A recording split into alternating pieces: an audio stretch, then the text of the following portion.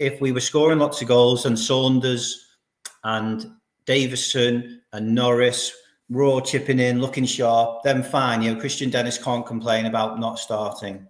But I find it, and this is where question marks will come for the manager and the coaching staff, unfortunately, that we're a team that isn't scoring.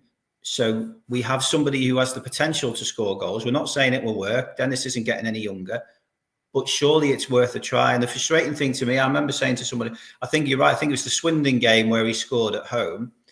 And then I could be wrong here, but I remember we had an away game, I think, after perhaps MK Dons. I could be wrong. And I remember thinking, right, what I really hope he doesn't do is play Dennis again through the middle, but kind of on his own. And I think in that game, he kind of played the three up front with Patrick on the left and someone else, Saunders on the right, maybe. But what that meant was Dennis was on his own a lot in the middle. And subsequently, away at MK Dons, I think, he got hauled off after 60, 70 minutes, did nothing all game, and then was dropped for the next game. And I thought, well, what do you expect? You know, if you're going to play that lone central role, that's fine with a prime James Norwood, but not for a 34-year-old or however old he is, Christian Dennis. So I find it bizarre. Nigel's admitted that he's our best finisher. He's admitted that, and we're a team that doesn't score many. So surely, even if Christian Dennis couldn't move, you would have him in that 11 somewhere. Stay in the penalty box. Don't come out of there. And when anything drops to you, put it away.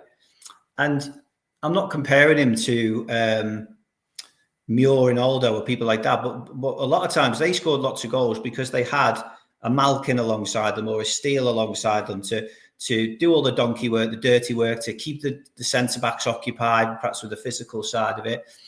And the other striker will just float around, pick up the pieces and finish.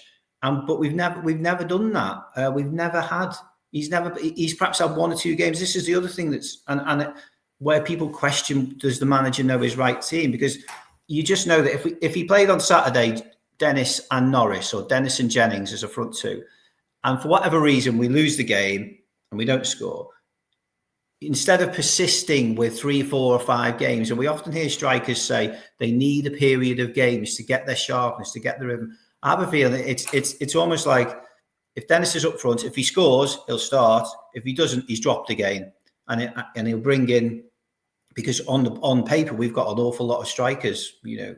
So I don't know what it is. He doesn't strike me as somebody who would have a bad attitude in training. I'm sure he knows his career is coming to an end, so I'm sure he'll want to play. The only thing I can assume is that Nigel is a big fan of pace and power, even though it could be at the detriment to actual finishing ability. So I wonder whether he thinks that a partnership of, say, Jennings and Dennis or Norris and Dennis, I'm not saying I agree with this, but I wonder whether he thinks it's not mobile enough, it's not quick enough, it's not sort of strong enough, aggressive enough. They're not going to be able to press that much, which is why he's persisted at times up until recently with Saunders, with Davison, with Norris, who, to be fair, has looked a little bit better of late. I wonder whether he prefers those sort of physical, although I think, you need to try and get the balance right, of course, because there's no point playing Saunders and Davison, who, yes, they're quick, they're going to press people and all that sort of thing, but they can't finish. So I think you've got to find the balance. But so I wonder whether that's Nigel's. Obviously, he's a big fan of Davison. He signed him, gave him a 2-year deal. He gave Saunders a 2-year deal, which I was surprised with at the time, given his record. So whether he's thinking he's got to justify that or he hopes and sticks with them. But the proof of the pudding is that we're not scoring enough goals. And if we don't score enough goals, we won't win enough games. And if we don't win enough games, we're going to drop down the table. So I can only assume, as I say, that he prefers those hardworking, pacey, pressing type players. Davison's physically a bit of a handful. Maybe prefers those to your Dennises, who aren't going to do any of that.